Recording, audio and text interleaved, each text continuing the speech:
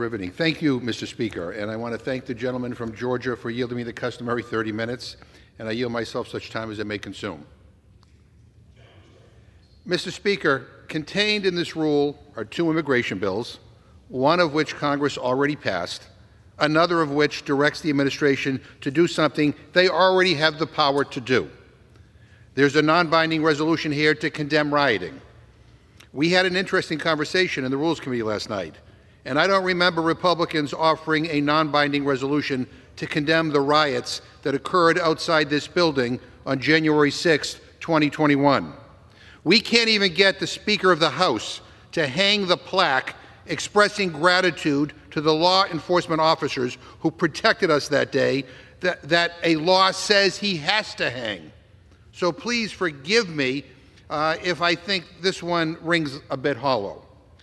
And then we have an appropriations bill that continues this trend towards privatizing VA services and blocks women who are veterans from being able to get abortion services at the VA in most cases. Republicans are trying to restrict the freedoms of the people who are willing to fight and die for our freedoms.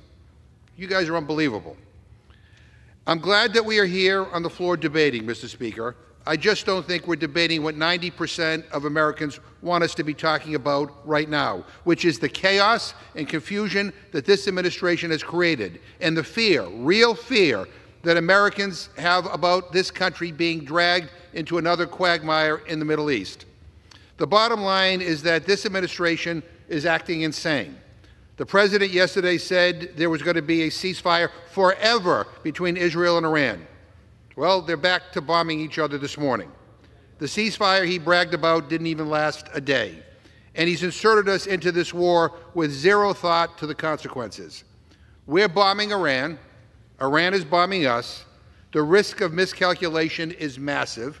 And the entire Republican Party is just going along for the ride. Stephen Miller, a top administration official, is on TV talking about Donald Trump like he's Kim Jong-un. It's creepy. They say they're not in a cult. Now's your chance to prove it. Trump is doing literally the exact opposite of what he promised to do on his campaign. And instead of having the courage to say something, 99% of these guys suddenly decided they are in favor of endless wars. The mental gymnastics that takes is nuts. Mr. Speaker, if it looks like a cult, if it acts like a cult, maybe, just maybe, it's a cult. You know, I thought Republicans said that they were going to lower food prices. Food is just as expensive as it was 6 months ago, and now we're dragged into another war in the Middle East. This isn't America first. This is not even normal. It's nuts. This is an administration in way over its head, who thought ending a war was as easy as ranting on Truth Social. And now American troops and taxpayers are paying the price for their stupidity and carelessness. So let's be crystal clear. These strikes were illegal, unauthorized, and unconstitutional. No debate, no vote, no evidence of an imminent threat. That is not how this should work. If we're going to drop bombs and put American lives in danger, Republicans in Congress should be willing to come down here and have the courage to vote yes or no so that people know where they stand.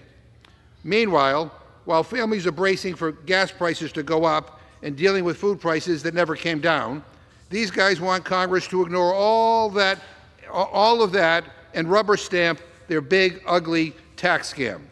A scam that hands tax breaks to billionaires while ripping food off kids' tables and health care out of seniors' hands.